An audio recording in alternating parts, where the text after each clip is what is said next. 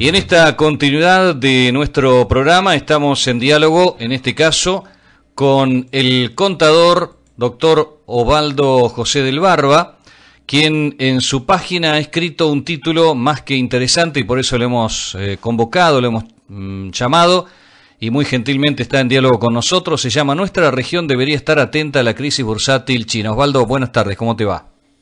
Hola, buenas tardes, Horacio. Muy bien, gracias. Bueno, ¿por qué deberíamos estar atentos, Osvaldo? Bueno, nosotros desarrollamos a partir del, voy a comenzar por lo que todo el mundo sabe, está teniendo una crisis, una caída bastante abrupta la bolsa de Shanghái y Shenzhen de China, y bueno, empezamos a analizar las consecuencias que podría traer eso en nuestra región, dado que la República China es un consumidor, es un socio comercial importante para la Argentina. Nosotros sostenemos una hipótesis que vamos demostrando quizá día a día con los acontecimientos, de que probablemente China esté soportando una burbuja. En economía burbuja, ustedes se recordarán por ahí lo que pasó con las hipotecas subprime en Estados Unidos en el año 2009, y por ahí lo que pasó en el mundo con la supervalorización de los .com en la época de la expansión de Internet, ¿no es cierto? Exacto. Esas han sido burbujas. La bolsa china en un año, de mayo a mayo del año pasado, tuvo un aumento exponencial del 150%, cuando su economía real no solamente que estaba creciendo al 10%, sino que ha reducido su crecimiento a un 7% aproximadamente. Quiere decir que aparentemente ahí está nuestro primer punto de apoyo para sustentar la hipótesis, es que la economía real no está creciendo de la forma que lo hace la economía bursátil, y en realidad esa desconexión en el corto plazo puede ocurrir, pero en el largo plazo no puede ser. Empezamos a ver las razones. Bueno, en primer lugar, quizás el síntoma que más alarmó fue la caída de casi un 30% del valor de las acciones en aproximadamente un mes. Así que fue muy significativo. Comenzamos a ver la relación. Hay algunas medidas que se utilizan para ver si la economía real y la economía bursátil están, el valor digamos, de las acciones están en consonancia, y existe un ratio, una medida que se denomina PER por sus iniciales, que en realidad quiere decir Price to Earning Ratio, que es la relación que hay entre el valor de la acción. Esto es muy técnico, pero bueno, voy a tratar de simplificarlo, entre el valor de la acción y su rendimiento. Claro.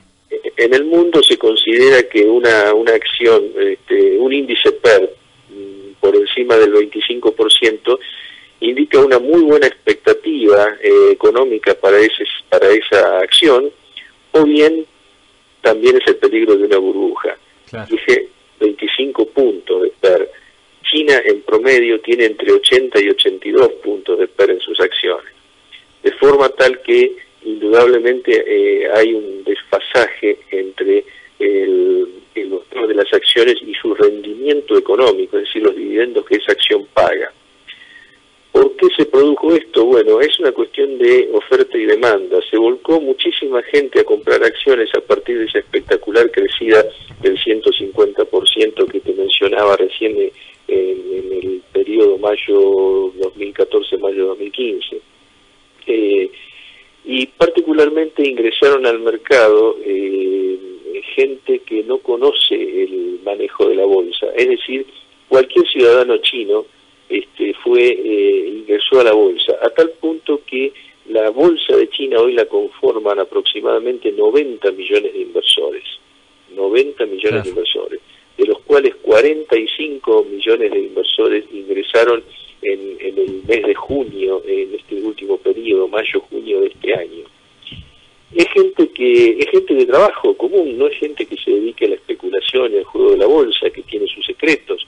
Y además estuvo alentado por el Estado, porque el Estado le financió, es decir, le prestó el dinero para que ellos compren acciones. Imagínate que esto es muy simple para entender para cualquiera. Hubo una gran demanda de acciones, de ahí su aumento de precio.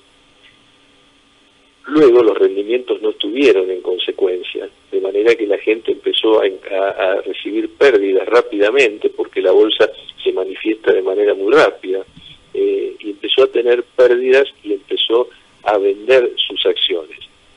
El gobierno de Beijing comenzó a monetizar la economía, lo que se llama monetizar la economía, ingresar dinero al mercado para que se siga manteniendo la compra de acciones y para que a su vez la gente no baje su ritmo de consumo, porque es una economía que está basada en el consumo. Claro. ¿Sí?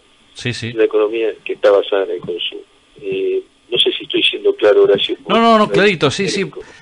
Por supuesto que sí. Y además, con temas que ya, o sea, experiencia que ya se han vivido en otros países, por ahí con un desarrollo capitalista mucho más elaborado o con más experiencia, y sin embargo siempre caen sobre los mismos errores. Le pasó con la burbuja inmobiliaria en España, por ejemplo, ¿no? Exacto. Aparentemente el tema de las burbujas es independiente del mercado, si es un mercado totalmente liberal o es un mercado semiliberal, digamos, como es el mercado chino, que claro, como sabes está manejado por el Estado. Sí, sí. No el mercado, pero sí las empresas, que es una cosa híbrida, pero también puede ocurrir. Bueno, indudablemente acá se está viendo, hay, como te marqué, algunos indicios y hay otros más, que podríamos estar viviendo en una burbuja, frente a una burbuja, con lo cual esas acciones, ¿qué ocurre? ¿Qué quiere decir una burbuja? Que esas acciones están valuadas en valores que no existen. Claro. ¿Sí? Imagínate los 1.375 millones de habitantes que tiene China. Son mercados muy importantes y cuyos efectos se sienten en todo el mundo sí o sí por una cuestión de volumen. Claro. Ellos son grandes consumidores, y bueno, entonces, ¿qué hace el gobierno de Beijing y a donde nosotros comenzamos a marcar esta alerta? En primer lugar, comienza a volcarse hacia un consumo interno, con lo cual restringe las importaciones, ¿sí? Claro. Imagínense que nosotros estamos exportando nuestra soja básicamente a China. Sí, restringe, y además estamos exportando a otros países que a su vez le exportan a China, de manera que todo el mundo está percibiendo de China menores demandas. Todo el mundo percibe menores demandas, con lo cual se produce un efecto de encadenamiento propio de la globalización que hace que todo el mundo sienta de alguna forma esta crisis china. Claro. Pero hay otro elemento muy más importante. Todo esto ha generado, hay un organismo que se llama Bloomberg Commodity Index, que mide la variación de toda clase de materia prima en lo que va del año, por ejemplo. ¿Qué son las materias primas? Lo que nosotros llamamos commodity: oro, petróleo, gas natural, maíz, soja, hierro, cobre. En lo que va del año ha caído un 11%, producto de ese consumo que empezó a disminuir en China. Empezó gradualmente, pero como te decía, con esta cantidad de habitantes, una reducción del consumo del 1% ya impacta en el mundo. Claro. Entonces, venimos arrastrando ya una reducción de los commodities. Nosotros exportamos soja, es commodity, de manera que el valor de los commodities ya está ya lo vemos, en un 11% menos. Hay otro elemento que es muy significativo, que cuando yo escribí el artículo todavía no había ocurrido, pero ahora sí, y ratifica un poco nuestra hipótesis, que es la devaluación que genera China. Claro. La devaluación produce un mayor valor del dólar, y un mayor valor del dólar hace que la relación dólar-commodity sea favorable al dólar y perjudicial para el commodity. ¿Se entiende esto? Sí, sí, por supuesto, sí, sí. Bueno, sí. Entonces, esa diferencia también nos está afectando porque somos exportadores de commodities. Claro. ¿Sí? Sí, sí. Entonces, si China mantiene, si esto no fuese una burbuja, que sea una cuestión coyuntural, que tenga otro tipo de explicación, que en realidad no se avisora, pero en economía podría ocurrir, todo esto que estamos diciendo se acomodaría automáticamente, incluso las medidas de monetización que generó Beijing, la mayor cantidad de créditos y todo ese tipo de cosas, podrían surtir efecto y acá no pasaría nada. Pero si realmente es una burbuja, este efecto no es reversible. Claro.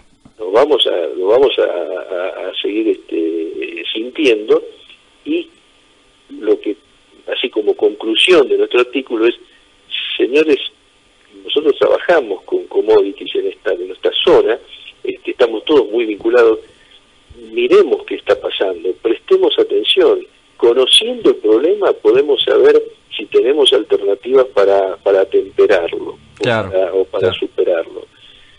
Yo no escucho eso, no veo eso, y realmente me preocupa. Insisto, está basado toda esta preocupación en una hipótesis, pero esa hipótesis día a día nos está dando más elementos fácticos que nos indicarían que no es tan desacertada. Indudablemente. Un poco el mensaje de la preocupación es, señores, miremos qué pasa con China, miremos porque el mundo debería estar mirando, pero bueno, yo voy a hablar de lo nuestro, de nuestro mercado acá chiquito, nuestro, que es lo que nos afecta todos los días. Ya la soja está bastante castigada por otras cuestiones, como por ejemplo las buenas producciones de Estados Unidos, bueno, juegan otros factores, está jugando también la crisis brasilera y el tipo de cambio no adecuado nuestro. Hay otros elementos, pero bueno, dentro de todos esos también está y yo creo que habría que tenerlo en cuenta.